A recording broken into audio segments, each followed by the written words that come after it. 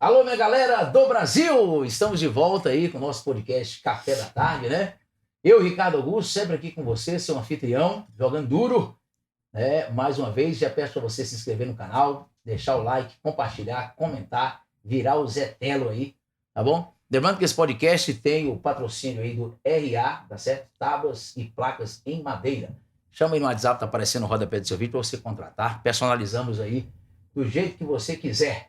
E hoje nós estamos aí, um podcast diferente, né? Trazendo um tema bacana, que é o tema da psicoterapia.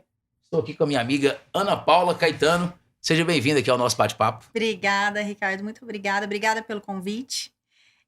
Brinquei aquele dia que eu estava me sentindo global de ser convidada para fazer podcast. Agora você está se sentindo importante, né? É muito importante, estou global. Obrigada, muito obrigada pelo convite. Eu que agradeço você ter aceitado vir aqui para a gente bater um papo, né? Nessa questão da psicoterapia, porque vivemos num mundo muito acelerado, né, Ana Paula? Extremamente, está cada dia mais acelerado, né? A pandemia, eu falo que ela acelerou muita coisa, ela trouxe de urgência muita coisa pra gente, que a gente nem percebia antes, e ela deu uma acelerada na nossa vida, nos nossos medos, nos nossos conflitos. Os conflitos internos, né? Mas aumentou a procura da psicologia nesse período de pandemia? Aumentou, tanto que eu consegui fazer uma carreira em Y, né? Eu trabalhava na parte de RH, com gestão de pessoas, e eu falei, vou fazer uma carreira em Y, eu vou levar, acho que uns 5, 6 anos para poder conseguir me desvencilhar aqui do RH e ficar só na clínica. E em 1 ano eu consegui fazer isso. 1 ano? Acelerou muito. Em 1 ano eu consegui fazer isso. Certo. E a demanda no consultório é muito alta. E o pessoal que faz a questão do RH também tem essa questão da psicologia no meio, da psicoterapia no meio. Como é que funciona a questão do RH? Não, psicoterapia, na empresa não. Mas o RH tem ali aquele... Ele tem todo o trabalho envolvendo também a saúde mental como um dos focos do trabalhador, né? Para o trabalhador. Mas ela não faz a clínica na empresa. É mais voltado para a qualidade de vida, para valorização do trabalhador, para desenvolvimento do trabalhador, não só da parte técnica, mas da parte comportamental. Cuida um pouquinho também da saúde mental. Eu acho que é isso. Você sabe, uma vez eu cheguei aqui em Goiânia, quando eu vim da Bahia para cá, eu vim para trabalhar com música, né? Daí eu fui para Cuiabá e vim para cá e tal. Só que chegou aqui, o negócio tava muito feio, sabe? E aí eu falei, rapaz, eu vou ter que trabalhar. Aí o cara falou, bicho, pega uns currículos seu e distribui desses mercados. E aí eu fui, coloquei em um mercado desses grandes aí e me chamaram para poder fazer a entrevista, né? Eu acho que foi com alguém desse negócio de RH mesmo. Aí chegou lá. Provável. A mulher falou comigo assim, por que você quer trabalhar aqui no Bretas? Aí acabei falando o nome do lugar, mas não tem problema não. Aí eu falei assim, não, mas eu não quero trabalhar aqui não. Eu quero trabalhar com música, né? Eu falei, eu vim pra cá pra trabalhar com música, eu não tinha plano de trabalhar aqui. Aí você sabe o que aconteceu, né? Não me chamaram. Por que será? Por que será? Porque geralmente tem aquelas pessoas que entram e falam, não, eu tô aqui porque eu vejo uma empresa muito grande, quero crescer na empresa e tal, aquela coisa pra poder, né? Ter ali uma avaliação melhor. Uma avaliação melhor. E cabe ali o profissional a entender, né? E o que levou você a entrar nesse campo da psicoterapia? O que te levou a... Então, quando eu formei, eu tinha muita vontade de ir para psicoterapia, mas acaba que você tem que ter uma renda antes, porque senão você não consegue, talvez, se manter somente com a psicoterapia. Pelo menos no início, porque o consultório ele leva um tempinho para te dar um retorno. Quase tudo, né? Quase tudo. E eu não tinha essa renda, eu não tinha de onde tirar. E o RH era um braço da psicologia que eu gostava muito. Eu gostava muito da parte de avaliação psicológica, eu gostava dessa parte de contato com o trabalhador, o contato com a parte estratégica das empresas. Eu falei, eu vou para cá, depois de uns 10 anos, aí eu vou migrando para a clínica. E foi muito esse tempo, assim. Quando eu fiz 40, eu falei, nossa, agora acho que é o tempo de eu começar a ir para a clínica. Tem coisa que uns cabelinhos brancos é bom, faz uma diferença, né? Passa uma credibilidade maior. Eu falei, eu vou voltar um pouquinho mais para a clínica agora. E fui seguindo realmente os planos que eu já tinha traçado lá atrás. Certo. Mas são 2 áreas que eu sou apaixonada. E a pessoa que entra nessa questão da psicologia, psicoterapia, de modo geral, ela tá sempre avaliando as pessoas, mesmo fora do... Não, assim, acaba que o seu ouvido fica um pouquinho mais treinado. Aham. Mas não tem como você ficar o tempo inteiro avaliando, porque senão você fica meio maluca da ideia, né? Aí Assim, daqui a pouco até você que perde fica- a graça. perde a né? graça. Perde totalmente a graça. O gostoso é a gente conversar besteira com as pessoas, falar besteira, ser a gente mesmo. Deixar a psicologia, a psicoterapia no consultório, No né? consultório, é exatamente isso. A gente estava conversando antes sobre as personas, né? A gente vai adotando algumas personas para os papéis que a gente vai executando. E o bom de ser psicoterapeuta é somente no consultório. Uhum. Fora do consultório, eu sou mãe, eu sou amiga, sou filha, e eu ajo como tal. Né? Porque senão é complicado. tem assim, vamos dizer assim, você tem que ser o mais normal possível, né? Assar carne, conversar fiado, Falar besteira, Falar cantar besteira, desafinado, faz cantar parte. desafinado. Tem gente que é desafinada até cuspindo, né? Imagina cantando. Ai, ai. E me diga uma coisa aqui, hoje em dia, a gente sabe que, como nós falamos no começo aqui, o mundo está muito acelerado, né? Então, essa aceleração do mundo tá deixando as pessoas mais ansiosas? Eu acho que trouxe muita coisa à tona. Muitos medos à tona, muitos conflitos à tona, né? E aí todo mundo fala assim, mas está todo mundo muito ansioso, como se ninguém fosse antes, né? E todo mundo acha que a ansiedade é algo que você adquire. É um novo mal do século. E não é. A ansiedade todo mundo tem. Agora, quando a pessoa que está aí nos assistindo em casa, quando que a pessoa sabe que o que é a ansiedade ruim, que é a ansiedade considerada problema, boa. e a ansiedade boa? Qual é a diferença das duas? Deixa eu explicar um pouquinho primeiro o que é a ansiedade para a gente conseguir fazer essa distinção. A ansiedade, ela mantém a gente viva. Ela é um estado de alerta da nossa cabeça, que mostra pra gente quando a gente está em algum perigo real. Uhum. Para nesse perigo a gente poder tomar alguma decisão. Se a gente enfrenta, se a gente foge, se a gente se finge ali de morto para esperar passar o perigo, o que a gente faz? Então ela faz parte do nosso mecanismo de sobrevivência. Quando que ela passa a não ser funcional? Quando essa luzinha vermelha, essa sirene na nossa cabeça, ela não apaga. E aí tudo a gente entende que é um perigo, tudo a gente entende que a gente tem que ficar nesse estado de alerta. Então ela é ruim quando ela deixa de ser funcional. Uhum. Porque a ansiedade, ela é funcional. A ansiedade faz a gente querer melhorar de vida, querer buscar mais conhecimento, faz a gente sobreviver, porque a gente toma cuidado na hora que a gente vai atravessar a rua, porque senão a gente atravessa e não olha para o lado e nem chumpa a buzina, Uhum. e a gente morre. Então, a ansiedade, ela existe também para deixar a gente vivo. É como se fosse assim, um sistema de defesa também. Ela é numa dosagem normal, né? Isso, ela é um mecanismo nosso de sobrevivência, mas ela tem que ser funcional.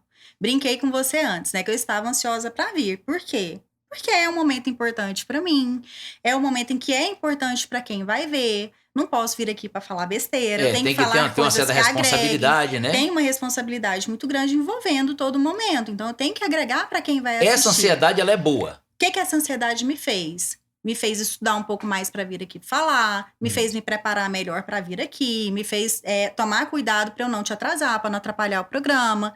Então a ansiedade, ela pode te ajudar ou não. E é essa distinção que a gente tem que fazer. Quando que ela não te deixa funcional? Quando que ela te trava? Quando você deixa de assumir um compromisso porque você tá com medo de falar besteira. Uhum. Sendo que você se preparou.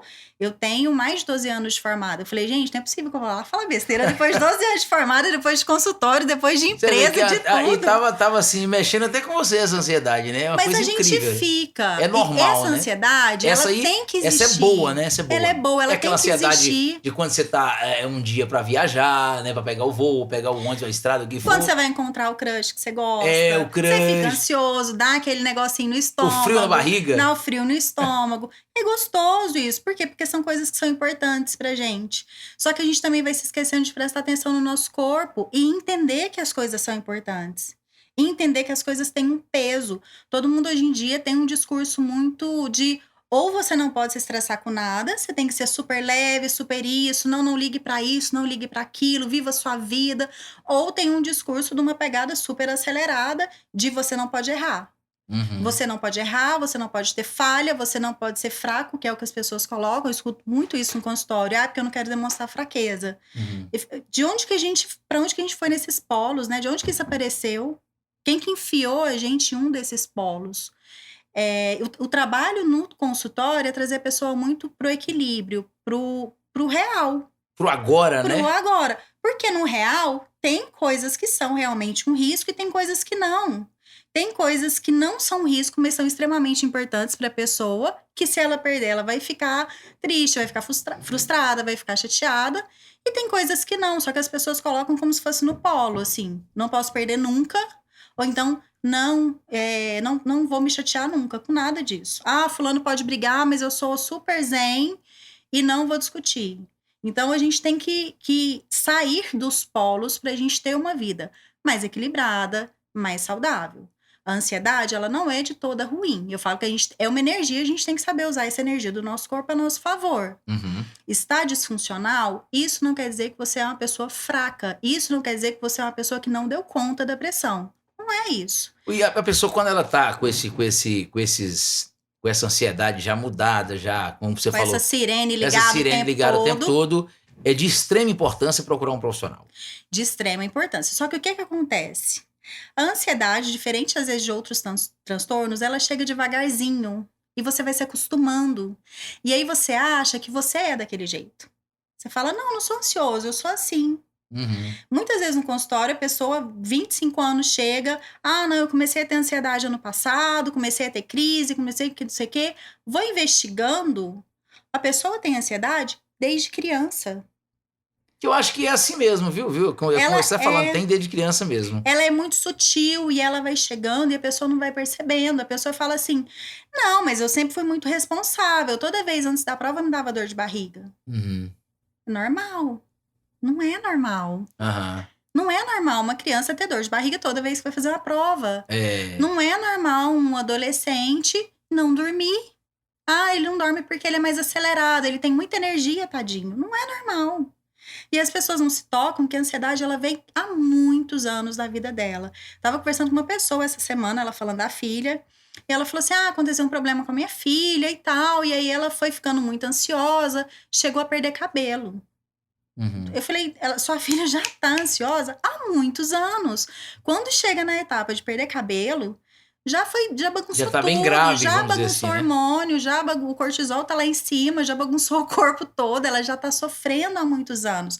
A queda de cabelo foi aquela cerejinha que você enxergou lá do bolo, mas todo o recheio já tá lá há muito tempo. E as pessoas que vivem na capital, igual a gente vive em Goiânia, por exemplo, né? E quem vive nessas grandes cidades, isso aí contribui muito, né? Pra pessoa ficar cada vez mais ansiosa. Porque às vezes a pessoa mora no lugar e trabalha longe de casa, demora a chegar no serviço, demora a chegar em casa. Mulher, por exemplo, tem os afazeres em casa, às vezes cuidar de filho, né? E olha, é um ponto que pode contribuir. Ele é decisivo? Não. Uhum. Porque senão a vida no interior, né? Ninguém adoecia. Ninguém adoecia. Mas ele não é decisivo. Mas ele piora quem já é predisposto a ser um ansioso, né? Sim, pode contribuir, sim. Por que às vezes acontece uma incidência maior em mulheres? Justamente pelo que você acabou de falar, o Pela fato carga, de né? a carga, que às vezes é uma carga dobrada. E isso estamos pegando uma mulher que chega em casa, que ainda vai fazer comida para filho, para marido e tal, mas tem a mulher que chega em casa e não tem marido e tem que cuidar do filho. Tem a mulher que chega em casa e toma conta dos pais, porque a gente tem várias configurações familiares hoje em dia, Exato. não é mais aquela configuração tradicional. Fora a parte hormonal. Então tem uma série de questões que podem fazer com que a mulher tenha uma predisposição maior. E aí eu te coloco uma dúvida minha, pessoal. Acho que é fonte de pesquisa, que ainda não fiz, mas eu não sei se é só isso ou se é o fato de que às vezes a mulher não tem a trava de procurar ajuda que às vezes o homem tem. O homem procura mais? Não, a mulher procura mais. Ela não tem a trava, né? Ela não tem a trava. Que o homem tem. Eu atendo tanto mulher quanto homem. E eu falo que eu adoro atender homem. Homem, às vezes, é mais resistente para procurar. Mas depois que ele procura... Já chega chorando. Não, ele deslancha, assim. Não é nem que ele chega chorando, mas ele deslancha. Tudo que você propõe no processo, ele topa fazer. A mulher, ela procura mais rápido. Só que no meio do processo, ela tem umas travinhas, assim, que ela mesma vai colocando. E que a gente vai lidando com isso. Você também, como profissional, já vai percebendo, chegou na... a gente vai lidando, a gente vai contornando, vai mostrando pra pessoa, ela vai se conscientizando disso, porque muita coisa a gente faz e a gente não se conscientiza, a gente faz no automático. Mas o homem, ele deslancha, ele tem uma trava maior pra procurar. Tem um rapaz que eu atendo que é muito engraçado. Um dia ele virou pra mim e falou assim, nossa, eu tava conversando com um amigo meu no boteco e ele veio por conta de pânico. Aham. Ele falou, eu tava conversando com um amigo meu no boteco e eu falei, tanto que a gente é besta, né? Homem é bicho besta. Se a gente soubesse o tanto que esse negócio de terapia é bom, a gente já tinha procurado muito antes, que o amigo dele também faz. Aham. Então, eu não sei se essa trava do homem faz com que o número de mulheres seja maior. Aham. Acredito que Pode ser que uma talvez o que influência seja também. maior é a procura, né? E não do que acontece, né? Tem toda a outra carga, mas eu acho que isso também é algo que aparece. Certo. Ana Paula, acabei que eu esqueci de perguntar pra você. Você nasceu onde? Você é goiana Eu sou mesmo? de Bela Vista. Isso, Você é eu de sou Bela Vista, de Goiás? Aqui 40 quilômetros de Pra que Goiânia. rumo? Peraí, Bela Vista, antes de chegar em Bela Vista... Depois de Bela Vista é São Miguel do Passa Quatro, é por ali assim, não é? Isso, São Miguel, Cristianópolis. Aí você veio pra Goiânia pra poder fazer esses trabalhos de psicoterapia e Não, na você foi realidade pro eu RH, mudei. né? Eu mudei pra cá com 12 anos, vim com meu pai e com a minha mãe. Aham, E a gente mudou pra cá pra facilitar a escola, facilitar tudo. aham. Meu pai ainda continuou trabalhando em Bela Vista há muito tempo. E aí fui estudar, fui casar, fui fazer outros rumos na vida. Foi virar o Zé Fui Telo, descasar né? também, fui fazer outros rumos na vida. Certo. E hoje no seu consultório, as pessoas que mais procuram você no consultório é devido à ansiedade? A maior parte dos pacientes. E ele já sabe que é ansiedade ou quando chega lá você faz o Não. diagnóstico? Eles nem sempre, nem todos sabem. Eles chegam passando mal e eles não entendem, às vezes, que o que eles sentem é ansiedade. Às vezes, eles até chegam e falam assim, eu tô muito ansioso porque eu tô muito agitado. Só que a hora que a gente vai investigar, ele percebe que tem vários sintomas que ele traz que são ansiedade e ele não percebia. Certo. E é nisso aí que ele vai percebendo que há muito tempo já acontece com ele. Porque ele fala assim, mas isso aqui eu sinto desde que eu era criança. Exatamente. Faz todo sentido isso aí. E tem também, além da ansiedade, tem quando vai se agravando e a pessoa às vezes não procura, ou mesmo que já está, às vezes até em tratamento terapêutico e tal, que é o transtorno da ansiedade. Quando chega para a pessoa, pelo menos quem está em casa entender um pouco, que ele passou da ansiedade Para ser um transtorno. Para ser um transtorno. Quando você deixa de ser funcional. Quando ele te atrapalha a fazer coisas simples do dia a dia. Quando você deixa de assumir compromissos porque não quer sair de casa ou porque você tá com medo de alguma coisa. E a ansiedade, ela geralmente traz medos que são muito irreais. Na cabeça da pessoa faz uma lógica danada. Uhum. Só que na hora que a gente vai tirando da cabeça e vai falando sobre aquilo, ela vai percebendo que é um medo extremamente irreal. Então, quando ele te trava a ponto de você deixar de fazer coisas que para você antes você fazia, era prazeroso, era um momento familiar e agora você não vai mais. Não vai mais, porque vão te perguntar tal coisa e você não quer responder. Porque você tá chateado. Quando começa a tirar você do social, né? Não só do social, mas das coisas que você faz. Tem gente que deixa, às vezes, de trabalhar, porque não quer sair de casa. Tem gente que não vai no supermercado.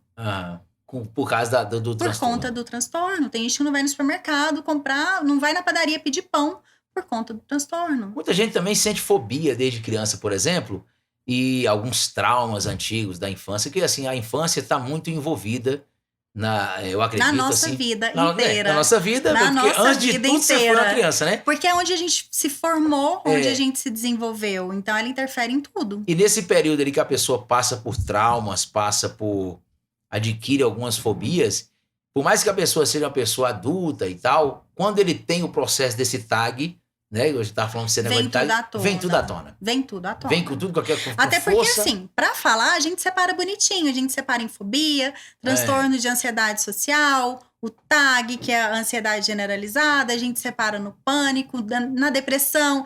Metodologicamente, a gente separa tudo. Quando chega no consultório, vem um bolinho com tudo dentro, assim, sabe? Uhum. E aí você vai caçando tudo. Mas ela traz tudo à tona.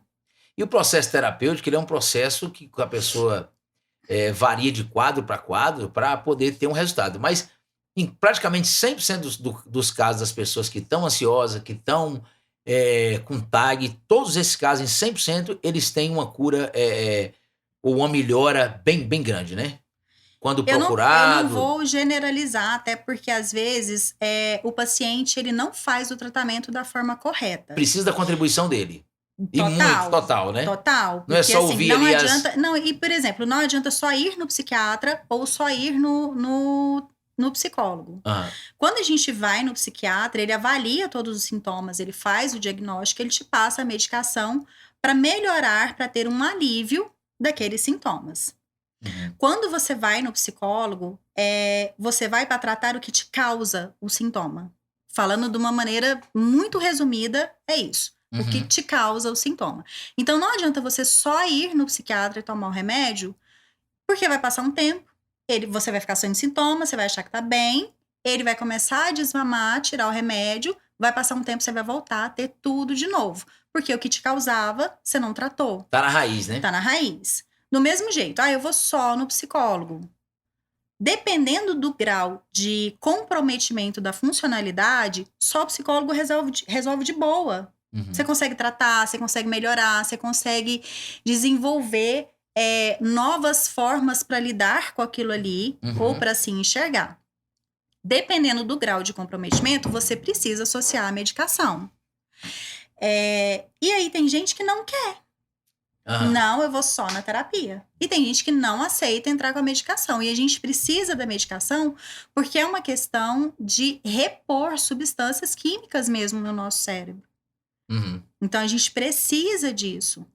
E aí, às vezes, o paciente não faz. Então, depende muito. É difícil generalizar porque depende muito de cada caso e de cada paciente. De um modo geral, correndo tudo bem. De um modo geral. Ele topando fazer o processo certinho, eu não tive nenhum caso até hoje que eu tivesse falado, eu não consegui trabalhar a ansiedade desse paciente.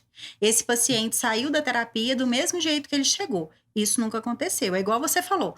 Pode não ter uma cura total 100%, mas uma melhora extremamente significativa tem. Exatamente. Como você falou, com as suas ideias e com a colaboração do paciente. Do paciente. A parte dele é extremamente ativa no processo. Ele não chega lá para enfiar um chip nele, tirar tudo da ansiedade e enfiar um chip novo e tá certo. Impossível, né? Impossível. Quem dera, né? Mas ia cobrar milhões nesse tratamento. E aí não ia ser ele mais também, né? Não ia ser ele mais, porque o gostoso é ser a gente imperfeito do jeito que a gente é, né? Singular, né? Na nossa individualidade. Na individualidade. E tem também mais uma variável aí, que a gente fala um pouquinho de fobia e tal, e vamos depois falar um pouquinho mais disso aí. Tem também a questão do pânico, né? Tem a pessoa que tem um ataque de pânico, né? As pessoas que têm um ataque de pânico, o que é um ataque de pânico? Tá. O que diferencia um ataque de pânico de uma crise de ansiedade? É a intensidade e a duração. A gente tem um ataque de pânico e a gente tem o transtorno do pânico. Não, tem dois. É porque o ataque de pânico, ele faz parte do transtorno do pânico. Mas nos outros transtornos de ansiedade também pode ter ataque de pânico. Entende? Certo. Então, ele não é exclusivo do transtorno de pânico. O ataque de pânico, ele é muito mais intenso do que uma crise de ansiedade. A pessoa, ela tem certeza absoluta que ela vai morrer. Falta ar, coração dispara, garganta fecha, ela fica tonta, começa a ver tudo escuro. Confusão e muita mental. Dor no coração, dá confusão, porque não oxigena, não dá tempo de oxigenar. Ela tá respirando muito rápido, o coração começa a bombear muito rápido, não dá tempo de vir oxigenação pro cérebro, a visão fica turva, aqui dispara também, tranca tudo, e a pessoa fala, vou morrer. E vai pro hospital achando que realmente tá tendo um problema cardíaco, que ele tá infartando. E é um ataque de pânico. Então, ele tem uma intensidade muito mais forte do que uma crise de ansiedade. Ele tem um pico. Ele faz uma curva e tem um pico. E esse pico pode ter uma duração, que a literatura coloca, entre 10 minutos e meia hora. E é extremamente intenso. 10 minutos, meia hora é uma eternidade para quem tá sentindo isso. É horrível, a pior coisa, uma das piores sensações do mundo. A pessoa faltar ar e achar que realmente tá morrendo. E é muito frustrante ao mesmo tempo para a pessoa quando o médico olha e fala, fisicamente você não tem nada, seu problema é emocional. Porque dá uma sensação de total impotência na pessoa, assim, como se ela não tivesse recurso, não tivesse o que fazer. E na verdade tem muita coisa a ser feita. E o que leva a pessoa? Deixa eu só diferenciar para a crise de ansiedade. Então ela tem esse pico e é extremamente intenso. A crise de ansiedade, às vezes os sintomas, eles ficam horas, ficam dias. Eles são mais leves, mas eles são mais frequentes. Às vezes a pessoa passa a tarde inteira tremendo. Aí ela fala, não, de vez em quando eu tremo mesmo. Ou ela passa a tarde inteira suando muito. Ela transpira demais e ela fala, não, eu sou assim. Mas é porque como ele é mais duradouro, ela entende que aquilo faz parte da composição dela. E na verdade já tá em crise de ansiedade. Ela já está em crise de ansiedade. Aquilo é ansiedade e ela não percebeu. É um alerta de que alguma coisa está errada, alguma coisa está disfuncional. E ela não percebeu. E vários casos desencadeia o ataque de pânico, né? Sim. Várias coisas podem desencadear. Por que o ataque de pânico ele pode fazer parte do transtorno de ansiedade generalizada? Ele pode fazer parte de uma fobia. Quando ele faz parte deste outro transtorno, a diferença é que ele é esperado. Por exemplo, você pega uma pessoa que tem fobia de avião, de altura e tal. É esperado que na hora que ela entrar na aeronave, ela vai ficar mais ansiosa e pode ser que ela tenha um ataque de pânico. É esperado. No transtorno do pânico, ele é totalmente inesperado. Pensamento pode gerar. Às vezes a pessoa está dormindo. Ela acorda tendo um ataque de pânico. Ela acorda passando mal. Ela acorda com essa sensação de que ela vai morrer. Então não tem uma regra, né? Ele não é esperado. O que ajuda a diferenciar em relação a ataques e transtornos, ele não é esperado no transtorno do pânico. Ele é do nada. A pessoa fala, não, mas eu tava bem. Nunca tive medo de elevador. A hora que eu entrei no elevador, e a energia não caiu, o elevador não parou, mas a hora que eu entrei no elevador, me deu um ataque de pânico. Entendi. E aí, se ele for recorrente, é mais característico da pessoa ter um transtorno do pânico. E aí, quando vira o transtorno, o tratamento precisa ser mais cauteloso, mais intensivo ou não? Depende do grau de comprometimento. Tudo depende do grau de comprometimento da funcionalidade para aquela pessoa. Depende da frequência, mas são, em ambos os casos, assim, tanto a ansiedade quanto o pânico, são casos que exigem extrema atenção. E extremo zelo nesse cuidado com a saúde, nesse olhar para a saúde. O problema é que muitas pessoas acham ainda, nos tempos atuais, acham que é frescura. Recebi uma paciente, né, outro dia, só que com outro tipo de transtorno, e um transtorno que precisa de medicação, precisa de acompanhamento. E aí, quando eu questionei, mas já tem tanto tempo que você sente isso, você nunca procurou um psiquiatra? Ela falou, não, minha família falava que era frescura. Então, ainda acontece. E são coisas que não são frescura. A nossa saúde mental, ela não pode ser vista como uma fraqueza ou como uma frescura. Até porque não tem, eu falo que não tem nada, muito pelo contrário, não tem né? regra na vida que obrigue a gente a ser forte e dar conta de tudo o tempo todo. Se a gente dá, beleza, excelente. Mas tem coisa que a gente não dá. Ou tem coisa que a gente não dá sozinho e é por um momento na vida. Eu falo que nada na vida é cristalizado, vem pronto e fica daquele jeito. São momentos. Tem momentos em que a gente dá conta de tudo. Tem momento que a gente já tá um pouco mais frágil. E aí, o que tem de mais, né? A gente parar, olhar para a nossa saúde mental, pegar um fôlego, se fortalecer e continuar. São momentos. É isso mesmo. E nesse caso também, por isso que é bom a gente estar sempre, vamos dizer assim, quando você não tem amigos e tal, mas o ideal seria você ter vários amigos nesse sentido, família, que nesse momento te apoia, né? Te apoia e fala... Te acolha, né? Te acolha, começa a bater um papo, você entende, incentiva você a procurar um profissional, né, para que a pessoa não vá agravando mais isso, porque o agravamento... Não se sinta estranho, né? O problema é que a pessoa ela se sente estranha. Se sente estranha. E as pessoas ainda têm muito preconceito. Com remédio, as pessoas têm preconceito. Com a terapia. Muitas vezes, quando eu falo da medicação para o paciente, ele fala, não, mas eu não quero porque o remédio vicia. E aí eu sempre explico, não é o remédio que vicia, é se a pessoa faz o tratamento errado. Se a pessoa só vai no psiquiatra, só toma medicação, não é que a medicação vicia. Ah, tirou o remédio, o TAT, por isso que viciou. Não, é porque não tratou o que causa. A ideia é o remédio para ir controlando ali aquele sintoma mais forte e a terapia para poder trabalhar dissolver, o que te causa aquela ansiedade. O que te causa aquele estado de alerta permanente de um perigo que você não sabe nem qual é. Por que você chegou naquele ponto? E um tripé, a gente coloca que é um tripé, assim, para o tratamento, para ele poder dar certo. É o tratamento medicamentoso, no consultório, com o psicoterapeuta e com atividade física, que as pessoas se esquecem eu ia falar disso. disso aí também, atividade física é muito importante, né? O quanto a atividade física faz diferença. Não só porque trabalha corpo, não só porque trabalha respiração, mas primeiro, você passa a se conhecer um pouquinho mais do funcionamento do seu corpo. Você, por meio da atividade física, ajuda a produzir várias substâncias químicas cerebrais que a gente precisa para trazer esse reequilíbrio. Fora que trabalha também a parte, às vezes, de enfrentamento, de disciplina, de concentração. A atividade física, ela auxilia muito nesse processo. É muito Eu importante, né?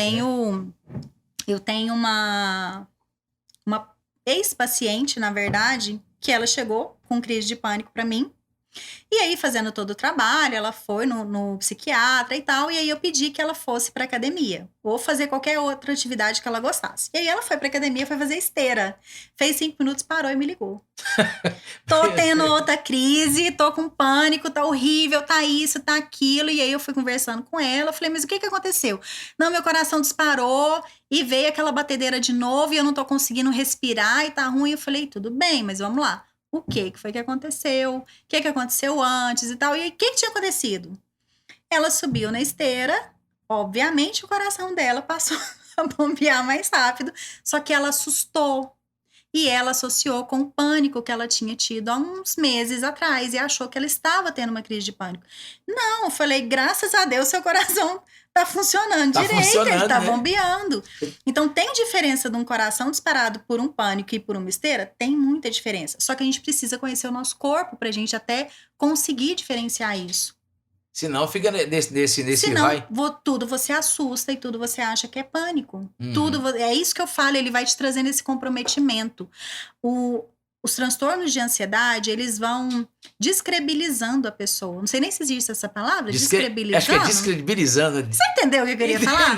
Vai deixando em descrédito a vai pessoa pra ela mesma. Verdade, vai ficando sem crédito, ela vai enxergando como se ela valesse menos. Como se ela não conseguisse o que todo mundo consegue. Às vezes eu escuto isso no consultório. Nossa, Ana Paula, mas é porque parece que todo mundo consegue, eu não consigo. Por que todo mundo consegue, às vezes, sair de casa para fazer uma coisa e eu não consigo? Então, a pessoa, ela vai se sentindo a pior das piores e ela realmente vai se sentindo como se ela fosse fraca. E não é isso. E na verdade, as pessoas que convivem com esse tipo de transtorno, convivem com esse tipo de... passa por esses pânicos e tudo, na verdade é o contrário, ela não é fraca, ela é muito forte, ela é muito forte, provavelmente ela teve que dar conta de muita coisa na vida e ela segurou o emocional para dar conta de muita coisa, levou tudo pro racional, só que chega um momento da vida que a conta chega. Eu falo que tudo que acontece com a gente não evapora, sabe aquele susto que a gente toma, que gela o estômago, que a perna treme? E tudo isso que o nosso corpo sente, ele fica marcado. Tem uma memória no nosso corpo. E isso não evapora. Só que se a gente não vive aquilo ali, que você estava falando do poder da agora, né? Se a gente não vive aquela emoção no momento que ela acontece, se a gente engole, isso tudo retrai, isso fica dentro da gente. Só que chega uma hora que a conta chega, porque a gente vai retraindo muita coisa. A gente vai juntando muita coisa, muita emoção não vivida. Então chega uma hora que a conta realmente chega pra gente e é a hora que a gente acha que a gente tá fraco. Mas não, é porque a gente tentou ser forte além da conta por muitos anos. Entendi. E eu acredito também que essa questão da ansiedade, da emoção, desses problemas, ele tem muito a ver naturalmente com a personalidade da pessoa. Por exemplo, tem gente que não tem muita emoção. Tem gente que ele é muito lógica, né? Muito razão, muito né? razão. 2 mais 2. 2 mais 2, parece um robô. E tem muita gente também irresponsável, né? Muita gente que não tem responsabilidade. Por exemplo, pessoas que compram uma coisa e não paga, né? E às vezes passa alguém para trás, dá um golpe em alguém, que a gente sabe que tem por aí na sociedade várias pessoas assim. Essas pessoas... Vai muito no desejo dele, essas pessoas, né? Eu acredito que elas não vão procurar, elas não vão ter problema com isso nunca, porque essas pessoas que não preocupam com o outro, eu acho que a pessoa que mais sofre com a questão da depressão, com a questão, vamos falar um pouquinho da depressão também, dá uma pincelada aí, mas a questão da ansiedade, a questão dos TAG, eu acho que geralmente essas pessoas são pessoas boas, você entendeu? Pessoas que, de uma certa maneira, elas têm uma preocupam com as outras. sensibilidade, Uma né? sensibilidade, preocupam com as outras pessoas. Talvez traz para ela um problema de alguém, Sim. começa a querer resolver o problema de alguém. Sofre pelo outro. Né? Então a pessoa que não tem emoção, que não sofre por ninguém, não tem sentimento. Tem gente que não tem sentimento. Não tem empatia, né? Não tem empatia. Tem gente que começa, por exemplo, namorar com a menina, ou namorar com um rapaz, geralmente, mas é homem que é assim. E aí a menina fala que vai terminar com ele, por exemplo, ele fala, beleza, tá tranquilo. Então assim, não tem aquele... Sabe, tem homem também que vai sofrer por isso. Tem algumas pessoas que às vezes são mais racionais e tem outras pessoas que, na verdade, elas funcionam como se fosse num eterno mecanismo de defesa de não se permitir sentir, que é diferente então, aí, do racional. É isso aí. Você falou do cara, né? E aí, na hora que você falou do cara, eu pensei assim, tem muita mulher que faz também. Muita mulher. Porque tem muitas pessoas hoje, na verdade, que elas funcionam como se elas precisassem não sentir. Como se elas não se permitissem sentir porque elas não querem sofrer. Como se a gente pudesse fazer essa super escolha. Essa mágica. Só que eu sinto muito que não, né? E faz parte da vida. Eu falo que a vida, ela tem um funcionamento, uma montanha-russa. Tem hora que tá tudo ótimo, tá tudo maravilhoso, tá lá em cima. E tem hora que cai, a gente fica triste, a gente fica frustrado, a gente fica chateado, fica com raiva. São emoções nossas, são legítimas. E que a gente pode permitir viver isso. Então a vida, ela tem esse movimento. Um dia teve uma amiga minha, na verdade, falou assim, nossa, tá tudo dando tão certo na minha vida que eu tô com medo. De dar errado. Eu tô com medo disso aqui acabar. Eu demorei tanto pra fazer as pazes com fulano da minha família, e aí agora eu tô com medo de qualquer coisinha a gente brigar e isso acabar. Eu falei, então, mas isso vai passar. Não vai ficar tudo bem sempre. Porque a vida é assim. Vai passar porque tem que passar, né? Falei, a vida é assim, porque a nossa vida tem altos e baixos, a vida do outro também tem altos e baixos, e faz parte, nem sempre vocês vão estar bem, e do mesmo jeito que nem sempre vocês vão estar ruim. Eu falei, então vai passar. Por isso que é importante a gente realmente se permitir viver a situação quando ela acontece. Viver a emoção quando ela acontece. E aí você fala nessa questão das pessoas que são ansiosas e são depressivas. Vamos entrar um pouco eu tô querendo falar desse tema depressão, também. Vamos trazer a depressão. Vamos trazer a depressão, porque assim... Todo mundo entende que depressão é tristeza, né? E não é. Quando que... E a ansiedade pode levar à depressão? Pode. Até porque a pessoa, ela vai entrando nesse descrédito tão grande que ela vai entendendo que ela não é capaz, que ela não é aquilo tudo que ela achava. E vai realmente trazendo um rebaixamento de humor muito grande, né? A depressão, ela é um transtorno de humor. Todo mundo entende que a depressão, de uma maneira leiga, é uma tristeza. E não é. Pode ter a tristeza profunda? Pode. Mas ela não define uma depressão. A depressão, ela é um transtorno de humor, um rebaixamento de humor. A pessoa, ela às vezes deixa de ter uma energia para as coisas. Coisas que ela gostava, coisa que ela fazia, ela deixa de ter essa energia. Eu nunca tive depressão na minha vida. Geneticamente, eu tenho predisposição que a minha mãe tem. Só que no primeiro ano da pandemia, eu tive, no mês de junho. Você veio teve? Uma depressão do nada. Eu sempre fui muito mais ansiosa, sempre fui muito mais pra cima. Eu tenho uma pegada muito mais ligada na tomada do que de rebaixamento de humor. Mas em junho me deu depressão. E eu continuei trabalhando. Só que eu ia... guinchada pro trabalho. Eu ia, fazia tudo que eu tinha que fazer. Mas o meu humor tava lá embaixo. Era favor não conversar comigo. Eu não tinha energia pra conversar. Mas você tá na psicoterapia já, não? Tava. E foi bacana porque a gente conseguiu identificar isso mais rápido e tratar mais rápido. Só que, assim, você tem um rebaixamento de humor, você não tem energia pras coisas. As coisas que você gostava, você passa a não fazer a menor diferença. Era favor ninguém conversar comigo, porque eu não tinha energia para conversar. É um desânimo que você não faz ideia. E as pessoas acham que é só tristeza. E não é só tristeza, a depressão. Ela é também um conjunto. E a pessoa vai entendendo esse descrédito como muito real. E a ansiedade traz muito isso. E tem algumas coisas que podem vir junto da ansiedade, né? A ansiedade, às vezes, pode trazer problemas no sono. Se a pessoa não dorme, ela começa vem a depressão e ela começa, às vezes, a ter delírio, a ter alucinação por conta da falta de sono. Então, a saúde mental, ela tem um monte de coisinha que faz diferença e que compõe ela. Quando a gente fala transtorno de ansiedade, a gente entende que é uma coisa só, que é um problema só. Mas são várias coisas que compõem e que faz a diferença a gente olhar para aquilo. Uhum. Então, sono, qualidade de sono, qualidade de alimentação, o exercício traz essa qualidade pra gente, faz o corpo funcionar melhor e a gente conhecer o nosso corpo.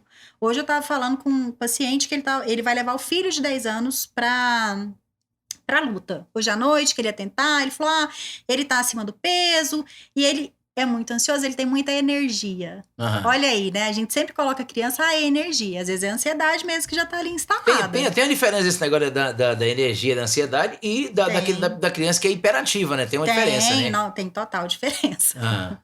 Tem total diferença.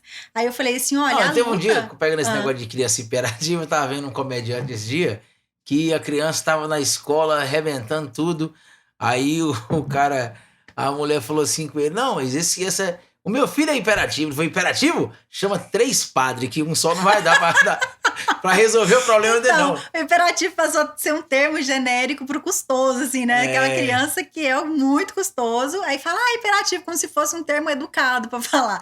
Mas tem também diferença, obviamente, da criança custosa pra uma criança hiperativa. Mas aí tava falando o rapaz ia levar o menino. Ele ia levar o menino, né? Eu falei assim, nossa, vai ser muito bom pra ele a luta, porque ele é ansioso. Por quê? A luta trabalha a parte de disciplina, ela trabalha consciência corporal, ela trabalha consciência do outro, porque você faz movimento no outro e você tem noção da sua força e da força do outro. Então, trabalha também a parte de concentração, de atenção, e deixa a criança com uma noção de enfrentamento muito grande. Uhum. O que eu percebo que acontece hoje nos adultos e que vem desde a infância, assim, hoje em dia, por conta de violência, por conta de tudo, e até pela comodidade da tecnologia em casa, as crianças são muito poupadas. Uhum. Então, elas não têm que fazer nada. Elas não têm que tentar. Eu já tive paciente adolescente que, às vezes, a mãe não deixava lavar a louça. Uhum. Um dia eu falei, mas por que fulana não pode lavar a louça? Não, é porque eu faço, não sei o que. Eu falei, mas ela não sabe nem se ela é boa para lavar a louça. E a gente vai perdendo esse parâmetro do que eu sou bom. Uhum.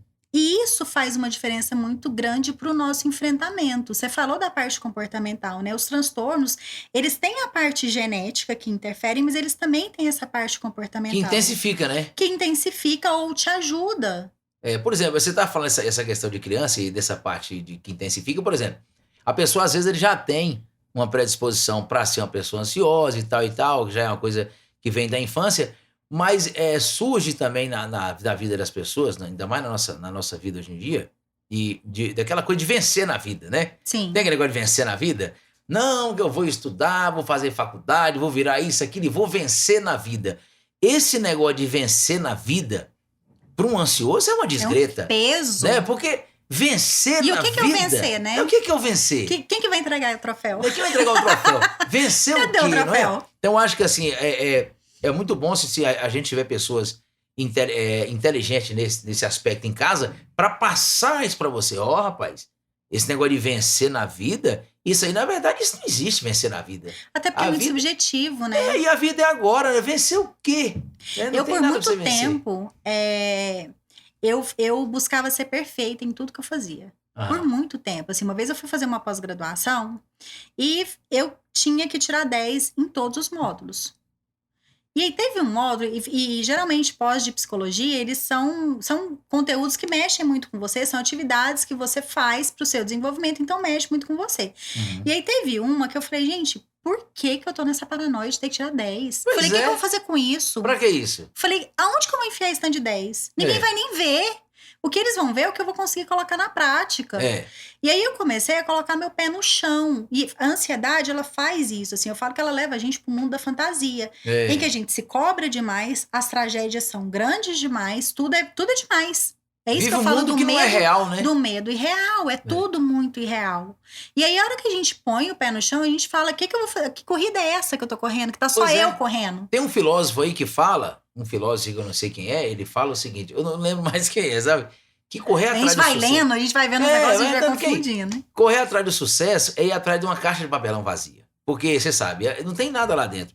O sucesso, ele é uma coisa bacana quando ele é agregado assim de um valor, na minha opinião, um valor único e mental para ele. Por exemplo, tem cara que quer ser um bom pai de família. Sim, isso Tem- é o sucesso. É o sucesso. Isso Tem pra ele é mulher que quer ser sucesso. uma boa mãe de família. Tem pessoa que quer fama. Tem pessoa que quer dinheiro. Mas assim, tudo tem que ser dosado. Eu sempre converso com a minha mulher, é o seguinte, às vezes a pessoa chega num sucesso na vida, que tá ganhando bem, às vezes seja o caso de alguns, tá morando numa casa boa, num condomínio fechado, aquela coisa toda. Aquilo ali só vai ser legal se a pessoa olhar para a trajetória dele e falar, poxa, olha tudo que você E ver o passamos, valor. né? E ver o tamo aqui, ó. valor E ver o teve valor daquilo aquilo. ali. O Não é? problema é que quando a gente corre atrás do sucesso, quando a gente corre atrás da perfeição, a gente está correndo atrás de algo muito subjetivo. Aham. Como é subjetivo, a gente nunca alcança, porque nunca tá bom. Nunca tá bom. A sua régua de perfeição, a minha é uma e a minha é outra. Às vezes você tá fazendo um negócio pra você tá perfeito. Eu falo, nossa, mas tem aquilo ali que ele não tem. O pedacinho da fita do laço do presente que ele não viu, sabe? Aham. É muito subjetivo. Então, a gente nunca alcança, nunca tá bom. Então, a gente não enxerga esse valor das coisas. Isso, e às vezes E a pessoa... corre o risco dessa pessoa do condomínio estar no condomínio, na casa dos sonhos dela, e ele não tá feliz. não tá feliz. Ele achar que ainda tá faltando alguma coisa. Aham. Isso acontece muito.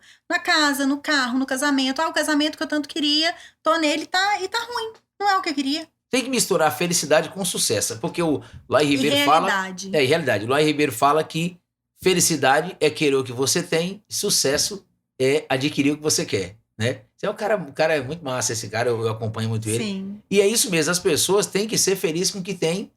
E o que não Curtir impede o que você tem. de ir atrás do que você... Porque assim, você realizar um sonho é uma coisa muito boa, né? E Seja um curtir. sonho e curtir. E curtir o que tem, porque às vezes as pessoas não se permitem curtir, elas ficam tão bitoladas nisso do racional, de ser forte, do troféu, da carreira, De ser melhor, de né?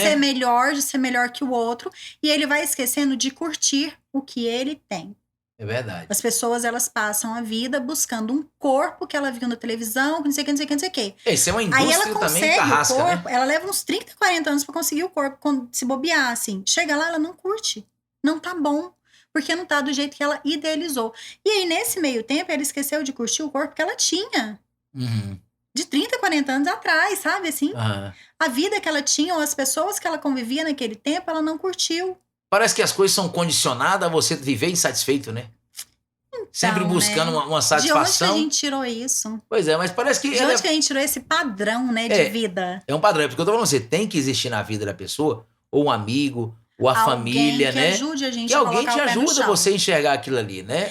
Olha, você estava falando de teórico, de filósofo, que a gente já não vai lembrando mais. Eu vi Ah. uma frase há muitos anos atrás na É do internet. Carpinejar. No Carpinejar você segue ele, né? Adoro, simplesmente. Mas eu nem lembro de quem que é essa frase, na verdade, que fez uma diferença muito grande na minha vida. Você é a média das 5 pessoas com quem você mais convive. Já ouvi também. As 5 pessoas com quem você mais convive, elas vão determinar os tipos de assunto que você vai ver, os livros que você vai ler, as ideias que você vai discutir, os lugares que você vai frequentar. E isso faz uma diferença muito grande. Eu trabalhei numa empresa em que a postura dos donos era uma postura diferente de outras empresas que eu já tinha passado em relação ao desenvolvimento pessoal dos colaboradores. Eles tinham um programa de levar palestra mensal para os colaboradores de temas diversos, assim, e era no horário de trabalho. Eles Uhum. paravam, todo mundo assistia a palestra, o dono assistia todo mundo. E isso trazia um nível de consciência crítica para os trabalhadores, diferente de trabalhadores que eu via de outros lugares, inclusive de nível de escolaridade de outros lugares era mais avançado do que desses. Mas eles tinham um nível de consciência crítica Uhum. e de valorização de coisas básicas da nossa vida, de família e de valor de dinheiro, de dar o valor que o dinheiro tem e não supervalorizar, muito diferente. Então faz uma diferença tremenda a gente ter pessoas perto da gente que possam mostrar realidade e que possam mostrar oportunidades. É isso mesmo. E como tem uma mulher americana, eu não sei bem, o nome dela acho que é Lois Hay, é uma mulher assim, uma mulher que passou por problemas de depressão, lançou livro, eu sempre estou escutando alguma coisa dela, e ela fala isso aí, que tudo na vida é um processo. Então, Sim. os processos que acontecem numa determinada empresa, a maneira de comportar, vai te evoluir, vai contribuir. vai te estagnar ou talvez vai até te Mas você também tem que estar aberto. retroceder, tem que estar aberto. Você tem que estar aberto a ouvir o que alguém tem pra te falar. Porque senão fica parecendo assim, eu nunca dei certo na vida porque eu nunca tive ninguém pra me falar. Às vezes teve, só que a pessoa não viu. Às vezes teve, só que quando a pessoa veio falar, você tava com o nariz empinado lá em cima, achando que você era o dono da cocada preta. E não era, ele tava ali tentando realmente abrir seus olhos. É a gente saber filtrar isso. Filtrar, exatamente. Tem que, na vida, a gente tem que dosar e equilibrar tudo. Você tava falando uma coisa muito interessante agora também, dessas mulheres que procuram o corpo perfeito. Mas é mulher, né? Mas é mulher, porque mulher geralmente É engraçado, a gente entende que problemas de autoestima, ele é mais feminino. No consultório, eu pude ver que não. Mas eu acho que mas tem questão de Homem- corpo? Então, né, a gente entende que a autoestima é só estética. Mas, na verdade, a autoestima ela é muito mais profunda que isso. É a forma como você se vê, é o valor que você dá nas coisas que você faz. É o valor que você se dá, são as qualidades que você enxerga que você tem. E tem muito homem também com problema de autoestima. Assim como mulher. Só que, às vezes, os homens, eles não falam ou eles não percebem que isso é autoestima. Eu fui magrinha a vida toda e eu engordei depois que eu tive filho. Voltei e tal, só que eu não conseguia manter e eu não consigo manter. E aí eu já falei, é isso aqui mesmo. Largou a mão. E vamos só em questão de saúde, vamos deixar estética e tal. Só que, deixando toda a brincadeira de lado, quando vocês forem procurar um psicólogo, gente, procurem um psicólogo que faça terapia, porque a qualidade de atendimento dele para você é totalmente diferente. Todo psicólogo deve fazer também terapia. E eu acho que não custa nada para um psicólogo, né? Ser um terapeuta é algo a mais, né? E não é que custa, a gente precisa, porque a gente também tem os nossos conflitos. E tem uns que não são terapeutas, só são psicólogos. Ou como é que funciona? É o contrário. É o contrário? Não, é só terapeuta, não é psicólogo. Terapeuta natural, terapeuta holístico. Mas tem quem só é psicólogo ou não? Ou todo psicólogo é psicoterapeuta? Como é que é isso? Se ele atender na clínica, ele é psicoterapeuta. É automático? Sim, é a psicoterapia que ele faz. É a parte clínica, é a psicoterapia. É diferente se ele estiver na indústria. Na indústria é o psicólogo organizacional, que é das organizações. Ok. Esse não é terapeuta. Ele não é terapeuta. São nomes diferentes, são funções diferentes. Ele é, mas ali não. Ele é psicólogo, só que em outra... Não é abordagem que eu quero falar, nicho, mas é um outro nicho. É um braço da psicologia. Então tem o braço da psicologia organizacional, a escolar, a do esporte, tem a hospitalar, tem a clínica. Você falou um negócio de hospitalar, clínica, você finalizando aí, eu vou para você não esquecer, você fala também da questão que eu ia perguntar para você, é importante nos dias de hoje a mãe tá levando os filhos no psicólogo? Depende. Não é uma regra? Não é uma regra, depende. Porque às vezes a mãe não sabe... Depende do que é que tá acontecendo. Depende do que você percebe do seu filho. Tem que ter uma percepção da mãe. Tem que ter uma percepção. Um comportamento estranho, ela falar... Não é nem estranho, mas às vezes é uma criança mais amuada. É uma criança que brinca. Um comportamento diferente. Mas é uma criança mais amuada, às vezes é uma criança mais tímida. Você vai levar pra ver se tem alguma coisa, ou pra ver se pode ajudar no desenvolvimento de alguma forma. Então, assim, hoje a gente tem muito problema da tecnologia, né? E às vezes as mães entregam um pouquinho o filho pro computador, até porque é o tempo dela arrumar a casa, cuidar da janta, fazer as coisas depois que ela chega do trabalho. Mas às vezes as crianças vão muito para esse lado e a hora que tira, a criança fica agressiva e tal. Então, é ver todo o movimento da criança. Não tem uma regra. Então, você falou, por exemplo, que a ansiedade ela é uma coisa que já vem na pessoa desde criança, né? Pode vir. Pode vir. Ela pode vir pode desencadear. Ela pode ser precoce. Não necessariamente ela começa na infância. Certo. Mas ela pode começar. Certo. Ela pode desencadear também. Pode ser na criança, ela é uma criança saudável e desencadeou. Na adolescência. Na adolescência e tal e tal. Mas esse fato das crianças estar muito... Foi até bom você tocar nisso. Está muito antenada nessa questão dos smartphones, dos tablets, da internet de modo geral. Isso não pode agravar essa situação? Ajudar a desencadear? Pode. Pode, né? Pode, até porque ela fica muito naquele mundo. E é um mundo mais virtual. Eu ia falar real, mas assim, ele é virtual. É virtual. Ele não faz parte da realidade. Tanto que às vezes nos jogos a criança tem um avatar. E o avatar, ela projeta tudo o que ela gostaria de ser. E às vezes ela não é. Então ela passa a viver aquele virtual de uma maneira que não é o real dela. Muito conhecimento, né? Saindo de jogos, às vezes... Até na internet mesmo, muito conhecimento que a criança absorve sem precisar, não vai usar aquilo pra nada, não é? É um fluxo de informação muito grande. E às vezes a criança não sabe gerir tudo aquilo. Então tem que perceber o movimento da criança. Uhum. Seria muito doido eu chegar aqui e falar, não, toda criança tem que ir. Depende. Depende, né? Depende muito do que tá acontecendo. A mãe observar, como você falou aí e tal. Às vezes a mãe fala, eu não sei o que é, mas tem alguma coisa diferente nele. Tem alguma coisa que antes ele não fazia e agora ele tá fazendo. Antes era uma criança super falante, era uma criança isso, não sei o quê. De repente tá super amuado. Então, depende do que acontece. Mas a gente tinha entrado nisso porque eu tava falando da autoestima. Sim, da autoestima, verdade. E tal. E aí fui fazer terapia e numa das coisas que eu fui trabalhar na minha terapia foi a questão da autoestima. E era muito do valor que eu não enxergava das coisas que eu fazia. Eu achava que o que eu fazia, qualquer um fazia. Você achava? Eu fazia um trem tão besta que qualquer um ia fazer. E aí eu fui na terapia percebendo o valor das coisas e automaticamente também foi chegando na parte da estética. Eu tinha separado, né? Eu falava, nossa, eu tô muito acima do peso, tô isso, tô aquilo, não sei o que. E tudo de ruim eu enxergava em mim. E aí a gente precisou trabalhar muito isso. O que eu era além do corpo. Então a autoestima, ela é além da estética, além do corpo que você vê. É o seu jeito de ser, o que você tem de bom, o valor que você dá nas coisas que você faz. É realmente a forma como você se vê. Outro dia eu fiz um vídeo que eu trabalhava muito essa questão do corpo. Que eu falava, você pode correr atrás do corpo que você quer. Você pode fazer dieta, você pode malhar, você pode fazer o que você quiser. Mas não deixa de curtir o corpo que você tem hoje. Porque você tem ele hoje, você vive ele hoje. Porque senão daqui 1 ano... A hora que tiver emagrecido 20 quilos, a hora que tiver com tudo durinho, tudo no lugar, não sei o que, você fala, e agora eu faço o que com isso aqui? Porque, né, não curti, não sei onde que eu vou, nunca conheci ninguém, não saí, não tenho amigo, porque eu vivia mal-humorada, só correndo atrás do corpo, só reclamando da vida, reclamando de tudo que fazia, e aí a pessoa se perde nisso. É o mesmo caso da casa no condomínio. A pessoa se perde. Ela fica tão focada buscando que ela vai esquecendo de curtir o que tá acontecendo. Exatamente. E a gente sabe também que a ansiedade, ela é esses dois extremos aí, né? Ou é o excesso de futuro ou de passado, né? Pois é, né? Depressão te puxa muito pela melancolia do passado. E a ansiedade ali pro futuro, de tudo que você tenta controlar, que na realidade é uma falsa sensação de controle que a gente tem das coisas da vida. Que a gente não consegue controlar, a gente mal consegue controlar a gente. E aí a gente fica nessa paranoia de tentar controlar, de tentar planejar, de tentar saber, sabe, antever tudo que pode acontecer.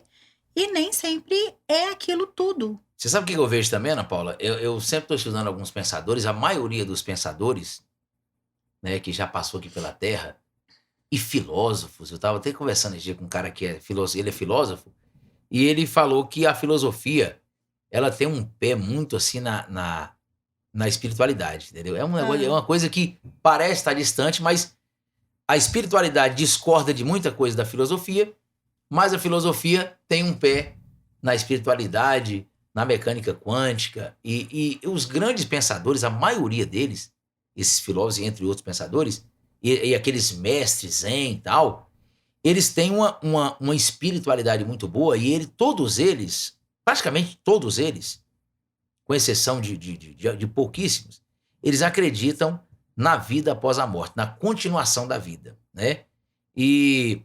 Ou seja, são pessoas muito espirituais, né? Eu acredito também que as pessoas que estão aqui no planeta Terra, essa consciência em acreditar que a vida continua, que tem um espírito a trabalhar mais a espiritualidade, eu acho que ele consegue solucionar melhor esses problemas também de depressão, de ansiedade, quando a pessoa é uma pessoa mais espiritual. Eu acho que na hora que a gente realmente entende que a gente não tem controle de tudo, igual a gente acha que a gente tem, quando a gente consegue curtir o nosso presente, automaticamente a gente se torna uma pessoa um pouco mais espiritualizada, porque a gente passa a ter muito mais consciência da gente e a gente passa a ter muito mais consciência do outro. Às vezes o ansioso chega no consultório muito voltado para o umbigo dele. Como se ele fosse aquela referência de mundo. E ele passa a entender que tem outras pessoas no mundo. e que tem outras pessoas próximo dele que também sofrem, que também têm problemas, que também têm as tristezas e que mesmo assim não conta. E ele passa, às vezes, até a prestar mais atenção no que ele fala, no que ele faz. Então, eu acho que quando a gente faz esse movimento de pôr o pezinho mais no chão, de entender que a gente não controla, de se permitir curtir aquele momento e não ficar só pensando nessa corrida, nesse troféu ilusório futuro, a gente se desenvolve um pouco mais a respeito dessa espiritualidade em relação à consciência. Consciência do eu, consciência do outro. Isso mesmo. E outra coisa, eu tava nessa parte desse livro, desse audiolivro, do Poder do Agora que eu tava vendo, ele é muito, muito bom, sabe? E tem uma parte que eu fiquei impressionado, sabe? Que ele fala o seguinte, em uma das partes ele diz, olha, você nunca viu um gato que não consegue relaxar, entendeu? Você nunca viu um cachorro com problema de dizer, poxa, hoje eu não marquei o território em tal lugar, e você não vê um sapo com problema de autoestima. Então, assim, o interessante é, mas aqueles animais ali, eles não têm raciocínio. Eu falei, beleza, cara, então tá começando a gente começar a observar que na vida, às vezes a gente precisa ser um pouco mais instintivo também, né? Já que nós somos animais racionais, né? Então é muito interessante isso aí, a gente tem que Sim, viver. é muito isso, é ser um pouco mais a gente. É. A gente fica tão preocupado, assim, muito dessa corrida, desse troféu, porque a gente também quer muito mostrar pro outro. A gente quer vencer na vida porque a gente quer mostrar pro outro, a gente quer que fulano veja que a gente venceu. Isso é um problema. A gente quer que não sei o quê. E ser um pouco mais isso do instintivo é a gente também ser um pouco mais a gente. Exatamente. Olha, a gente se esquece de viver a emoção quando ela acontece, viver sabe? a emoção, isso aí, realmente. A gente engole e segue. Porque o bom da vida é a gente estar em conexão, principalmente com a natureza, com a naturalidade das coisas também, né? Geralmente a gente tá lá em casa, às vezes tomando como diz outro, uma cajibrina e assando uma carne. É bom a gente tirar a sandália e botar o pé no chão, entendeu? E ficar sem camisa e brincar de mangueira, banhar de mangueira e brincar com cachorro. A gente rolar esquece, no chão, né? a gente esquece dessas coisinhas Porque que são gostosas. É, a gente fala assim, a gente fazia quando era criança, né? Banho de mangueira é coisa de criança. Gente, coisa mais gostosa do mundo é a gente poder ser criança de vez em quando ainda. Verdade, isso mesmo. Na vida adulta. Deixar esses problemas de lado, porque problemas sempre vão existir. Tem gente que acha que a vida dele os problemas vão acabar quando ele ter dinheiro. E não é assim. Não tem como acabar os problemas. Obviamente, a gente precisa de dinheiro para viver. Obviamente, a gente trabalha, a gente corre atrás, a gente tem conta. E a vida, eu particularmente entendo que a vida fica um pouco mais fácil quando a gente tem dinheiro para poder pagar as coisas. Mas necessariamente não vem junto. Exatamente. E como diz esse livro que eu te contei também, o cara fala sobre o problema, que muitas coisas dos problemas é uma ilusão mental, né? Basicamente vem para aquilo que você também falou, de você estar preocupado com uma coisa que não é real, né? Às vezes você está criando um problema onde aquele não existe. Sim, criando, pensando no julgamento do outro, pensando o que o outro vai pensar sobre você. Gente, tá cada um tão ocupado vivendo a sua vida, cuidando dos seus problemas, pagando suas contas, que não tá te olhando. E as pessoas não percebem isso, sabe? Ninguém tá te olhando. E tem muito aquela coisa também da pessoa, por exemplo, isso acontece muito em cais, né? Eu não sei por quê, que acontece muito em cais. Não são todos os cais, mas acontece muito em cais. E acontece muito em lotérica, né? Você sempre chega nesses lugares e sempre tem alguém que está trabalhando ali nesses lugares e que te trata mal, né? Ou não trata você da maneira que deveria tratar. Porque tem o tratar mal, né? Às vezes de faltar educação com você, e tem aquele tratamento que não deveria ser daquela maneira. Eu acho que todo mundo tem que ser bem tratado. Eu trabalho com vendas, entendeu? A pessoa entrou em contato comigo, se o nome dele for Paulo, eu já chamei de Paulão. Como é que você tá, Paulão? Tudo tranquilo? Então, assim, eu acho que a pessoa vai comprar um produto na sua mão, vai necessitar do seu serviço, tem que ser bem tratado. Mas essas pessoas que eu estou te falando, eu dei esses exemplos de cais e lotérica, porque sempre tá esse povo trabalhando lá. Eu fiquei pensando no porquê da lotérica. Cais ainda dá pra pensar no porquê, mas o da lotérica... Às vezes, na lotérica tem muita gente boa que te atende, né? Mas às vezes você chega lá, tem uma pessoa que te trata, às vezes, assim, mal-humorado, vamos dizer, mas, na verdade, é aquela pessoa que tá com problema. Sim. Não é verdade? E então, tá jogando em todo mundo. E tá jogando em todo mundo. Então, às vezes, você pensa que a pessoa, como você falou, ninguém tá te olhando. Às vezes, a pessoa tá te tratando de uma certa maneira, porque ela tá com um problema interno, e você pensa que aquilo é com você, e, na verdade, não é com você. E não é. E a gente tem que fazer o seguinte, você falou, problema dos outros, fica pros outros pra lá, você tem que preocupar com o seu, né? E entender que o outro nem sempre preocupa com o seu, igual você acha que ele preocupa. Exatamente. As pessoas hoje em dia têm um medo muito grande do julgamento, né? Eu já vi várias vezes, assim, não, me deu uma crise de pânico na hora e eu não podia passar mal lá. Eu falei, por quê? Uhum. Não podia passar mal, porque tava o chefe ia ver. Eu falei, mas por que você, pessoa, ser humano, não pode passar mal? Uhum. O que te faz ser mais especial que todo mundo, que você não pode passar mal? E a gente acha muito isso, que a gente é muito especial. Então a gente não pode passar mal, a gente não pode adoecer, a gente não pode fraquejar, sabe? A gente não pode ficar frágil num momento como se a gente fosse mega, super, pau, especial. E não é. Uma coisa muito boa a gente ter na cabeça da gente é que a gente não é especial. Isso é uma coisa muito importante.